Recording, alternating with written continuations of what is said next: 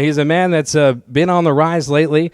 Got his own Sirius XM show. Yeah, Gerry's on Mondays and Fridays from 6 to 8 on Sirius XM. He has a new book he's working on and a movie coming out shortly or sometime in the near future. We love your show, Gerry. I mean, you guys do some job. You and the commish. Oh, yeah, thank you. You know, it's channel 156 every Monday, every Friday from 6 to 8 p.m. And we break down the fights. And listen, he's been in the fight game for a long time. I was in the ring a long time. And so we can kind of figure out the styles and break down the fights. Yeah, I hear you. It's a great combination, what you just said there, especially when you talk about, boxer, trainer, referee, commissioner. We need some sort of governing body in boxing like you. Yeah, I don't know if you have a manager yet. I think my father wants to be it.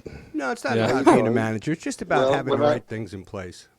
You know, I'm just waiting for the right guy. So maybe if the guy's got that cap, he's the guy. Yeah, if you send him a shirt, he'll wear the shirt too. Yeah, I won't part with this hat.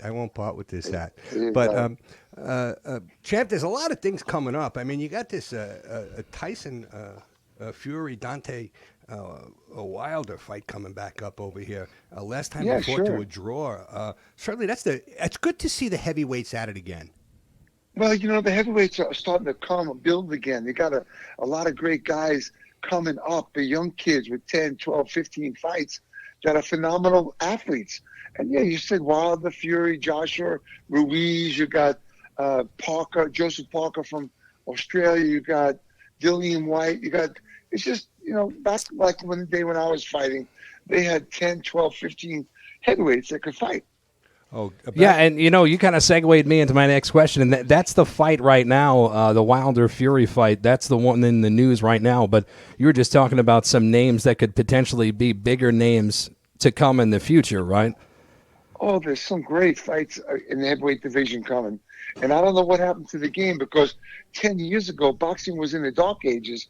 That was around the time that Don King was just getting out of the game. He raped and robbed the game for so long that a lot of people that would have went to boxing went to football, baseball, and basketball. And now they're coming back. And listen, in all the divisions is deep in town. I mean, the welterweight division is phenomenal. You talk about that division a lot, the welterweights. Yeah, welterweights. I mean, they got Errol Spence, Shawnee Porter, you got Danny Garcia, you name it. You got guys, God, what's his name? The other kid, Terrence Crawford. Just a number of guys that are just phenomenal. We're going to see these great fighters fight in the next couple of years. Yeah. So hold on. Put your seatbelts on and hold on. Well, I'm looking forward to it. The only question, I guess, where are we going to watch these things? We're going to watch them on HBO, Showtime, or what's this other one, DX? Showtime, HBO's out of business. Showtime is doing great. I mean, we just watched a show tonight with Boxing After Dark. Right. And they've been running the show since 2001. We have Fox, we have The Zone, we have Bob Arum, top-ranked ESPN, ESPN Plus. I mean, it's just boxing is back. Whatever happened to Channel 7? Yeah, right. Well, that's what happened in America. That when boxing went to Showtime and HBO, most of the kids couldn't pay for those channels. And so we kind of lost touch with boxing in America. Now it's back. You can get ESPN for $5 a month, ESPN Plus. You can get The Zone for $10 a month, and all great fights on there. So it's back visible to the household, and America is going to be getting back in the amateur game again. Gerry, I just want to bring this up to you, that the Commodore does this once an episode where he brings up there only used to be 9 channels on the TV. Every episode. So he figured out his segue for this episode as well. He's picking on me, Gerry. He's picking on me. No, but it's true. I understand. You used to be on Saturday, CBS, NBC, ABC. You had fights almost every week, Wild World of Sports. I mean, it was a great time back then. And then, HBO and Showtime came in and stole those shows because they had money. Well, they had the big money. Yeah, you got a couple of kids. You were talking about the up and comers. What do you make of these couple of middleweight kids, the Charlo brothers, identical twins? They're fantastic fighters. One is at 54, the other one's at 60. a little cocky. They got spanked around a little bit last couple of fights, but they are tough kids. And like they said, they're green, they're growing, they're maturing. And as they mature and grow, they're going to get better. We're going to see better fights. You got Triple G, you got Canelo Alvarez, you got just so many great fighters. Yeah, the sport is definitely back. It's night and day from where it was 10 years ago. You're right about that. And sometimes, some of the people are signed with this group and that group, this own top rank. It's hard. PBC, Al Heyman. It's hard to get them together, but I believe the public will demand it, and the fights will happen. Gerry, what do you think about this UFC and the mixed martial arts? I mean, it's one sport, I got that, but they're crossing over the line and getting in the ring with guys like Mayweather. And I hear that McGregor wants to fight Pacquiao now. I mean, this is not fair. You got to give. And meanwhile, Conor McGregor is fighting tonight in the cage. He's going back to that. But yes, he wants to fight either Mayweather again, which I think is a joke, or he wants to fight Pacquiao. And I think he's both of them are jokes. Well, yeah. I mean, listen, he's a big, strong kid, and he with his mouth and his ability to talk, he created $100 million for himself. Good for him. Yeah. Just by throwing a chair at a bus window, right? And the only thing you got to ask the question is that after you make $100 million, what is your dedication to fight again? Can you bring that wild man back again? And we're going to see tonight a little bit if he's got something. And yes, I think he and Pacquiao is an interesting fight.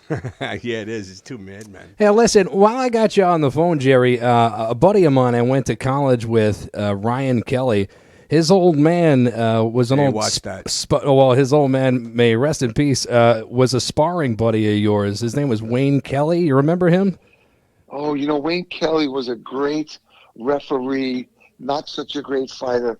As a matter of fact, he fought my brother years ago at Walt Whitman High School in a fight. My brother knocked him out. Listen, God rest his soul.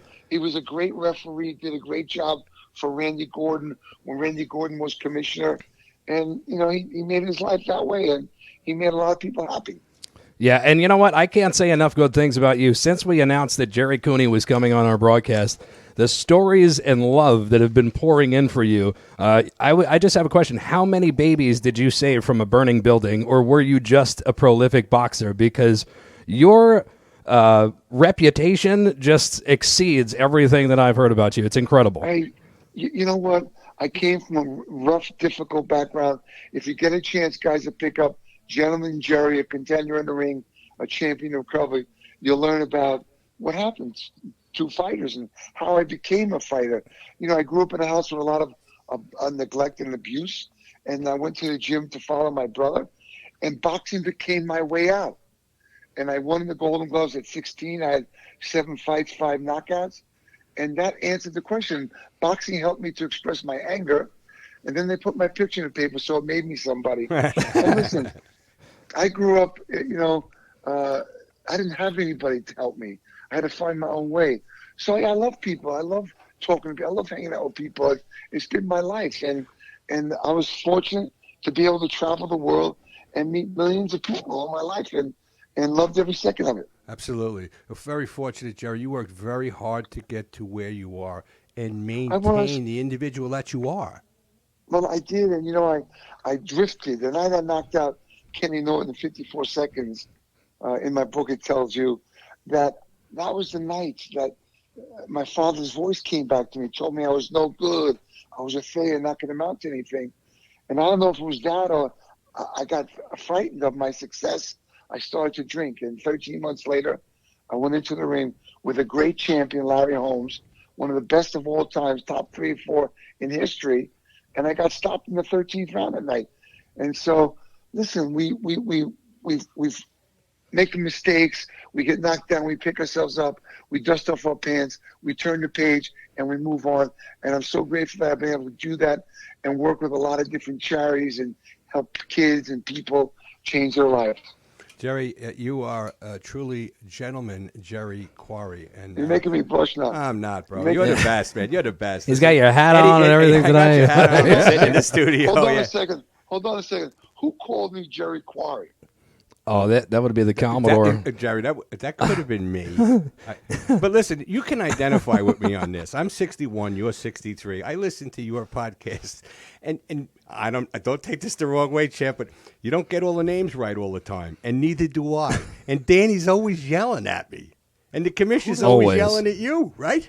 Who doesn't get the names right? Well, sometimes we make them. I'm sorry, I'm in trouble now. See, man. he's going to come down. If you need the address, I'll let you in. No, but sometimes it's a slip. Instead of a Jim, it's a John or whatever.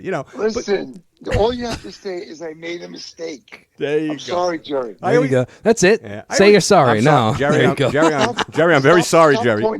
Stop pointing the finger at me, would you? Thank you. I'm so Listen, sorry. before we get you off the air here, you want to promote any of the projects you got coming up?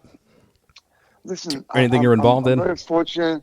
I'm doing a lot of fun things. There's maybe a television series coming out where I'll travel the country and pick the best talents and watch them grow.